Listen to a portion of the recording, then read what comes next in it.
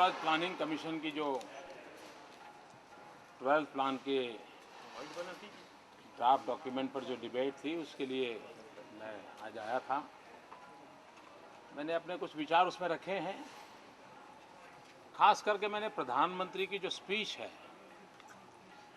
उसी के कुछ विषयों को उठाया है। एक तो मैंने कहा है कि ये बड़ा दुर्भाग्य की बात है कि पूरी उनके भविष्य के आयोजन में महंगाई के संबंध में एक शब्द नहीं है, और महंगाई के संबंध में इतने इनसेंसिटिव है, इसका कारण क्या? तो मैंने उनसे पूछा कि क्या ऐसा तो नहीं है कि आप चुनाव में जब गए और वोट मांगा था आम आदमी के लिए, और महंगाई से परेशान औरत होती है, तो आपने आम आदमी के लिए वोट मांगा, इसलिए आम औरत अगर परेशान हो तो आपको चिंता नहीं है? ये मैंने उनसे सवाल पूछा है। एक बार यहीं पर कांग्रेस का एक बड़ा अधिवेशन हुआ था और सुचिता को लेकर के उन्होंने एक विवेकाधीन जो भी हक है सरकारों के पास उसको सरेंडर करने के लिए कहा था। आपको स्मरण होगा, डिस्क्रेशनरी जो उनके पास होगा उसको सरेंडर कर दे, ऐसा उन्होंने प्रस्ताव किया। भारत सरकार के पास विवेकाधीन डिस्क्रेशनरी फंड लाखों करोड़ों की तादाद में होता है। वो जो चाहे उस राज्य को पैकेज दे देते हैं, उनकी पसंद की के राज्य को जो धन देना है दे देते हैं। मैंने आज मांग की है कि उस पर एक वाइट पेपर प्रस्तुत किया जाए कि इस फंड को उपयोग करने के लिए क्या नॉर्म्स हैं, अब तक किसको दिया, जो फंड दिया गया उसका क्या हुआ, बाकी फंड कहाँ है। लाखों करोड़ों रुपया है और उसकी कोई जानकारी किसी भी फॉरम में नहीं है। आज मैंने मांग की है कि अगर डेवलपमेंट करना है तो उस पर सोचा जाए। आज प्रधानमंत्री ने एक सलाह दी है अपने भाषण में। उन्होंने कहा है the executive, the judiciary, the parliament and state legislatures, the various constitutional and regulatory authorities understand what their due role is and play that due role in a constructive manner. ये उन्होंने कहा है। मैंने उनसे सवाल पूछा कि क्या आप गवर्नर को कॉन्स्टिट्यूशनल अथॉरिटी मानते हैं, और आप ये मानते हो कि वो कॉन्स्टिट्यूशनल अथॉरिटी हैं तो ये जो आपकी सलाह है उन्होंने भी माननी चाहिए। ये मैंने उनको सवाल पूछा है आज मीटिंग में। उन्होंने कहा है अपने भाषण में, I urge you chief ministers to work together with the central government to help accelerate the pace of growth and improve the quality of development in our country. मैंने उनसे पूछा कि ये वन वे चलेगा क्या? राज्य तो सेंटर को मदद करे इसके लिए तो आप कह रहे हो, लेकिन क्या सेंटर राज्यों की देखभाल करे, केयर करे? क्या ये टू वे मैकेनिज्म नहीं होना चाहिए? ये उनसे मैंने मांग की है, मैंने सवाल उठाया है।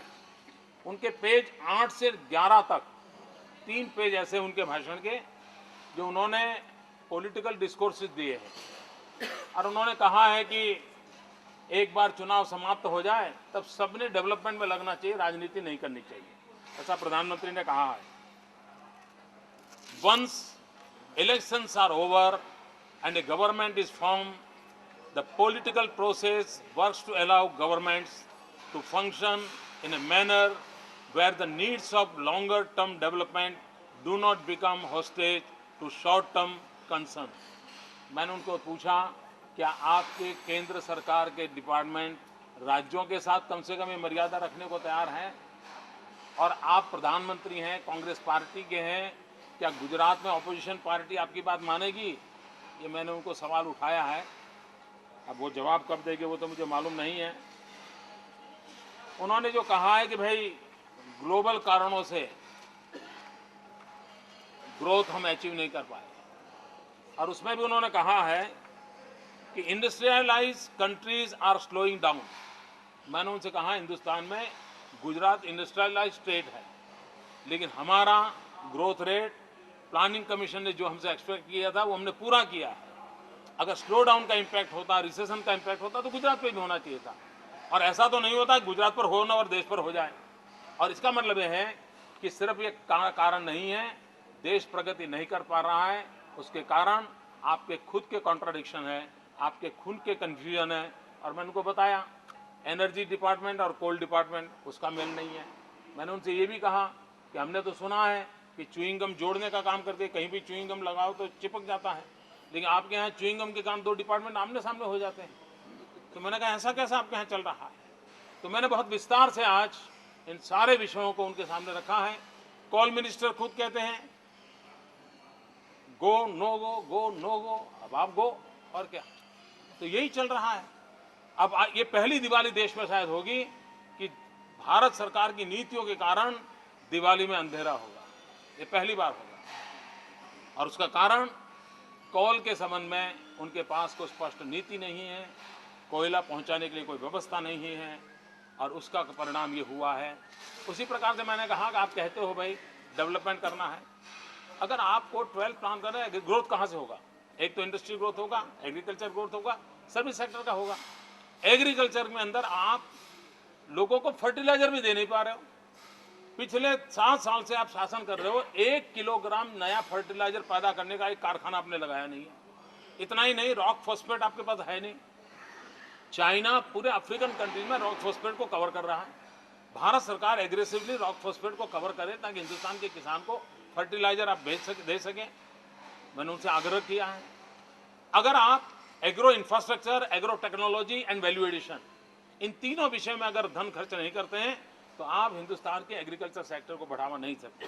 उसी प्रकार से उद्योग, अगर उद्योग को विकास करना है तो बिजली चाहिए, लेकिन आप कोयला की ऐसी झंझट में पड़े हो कि बिजली नहीं दे पाओगे, बिजली नहीं दे पाओगे तो आप इंडस्ट्री नहीं ले आ सकते, इंडस्ट्री नहीं ले आ सकते तो जॉब क्रिएट नहीं कर सकते, और आप इकोनॉमी को रन नहीं कर सकते।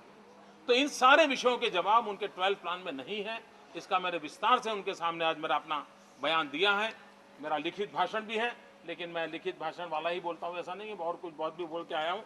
एक विषय मैंने ये भी छेड़ा है कि भाई एनडीसी बड़ी या एनएसी बड़ी, कौन पावर किसका? एनएसी के लोग जिस प्रकार की एक ओपन लेटर लिखा है, और 26-32 का जो विवाद चल रहा है, 2632 गरीबी की संख्या घटाने के लिए जो खेल चल रहे हैं, और एनएसी कह दे कि आप इस्तीफा दे दो प्लानिंग कमीशन को, यानी हुई तो अथॉरिटी। इन सारे सवालों को मैंने आज उठाया।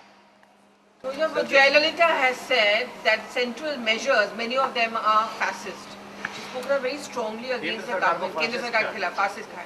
क्या आप उनके राय से सहमत हैं? उनके दर्द को समझिए आप। बहुत बहुत धन्यवाद भैया।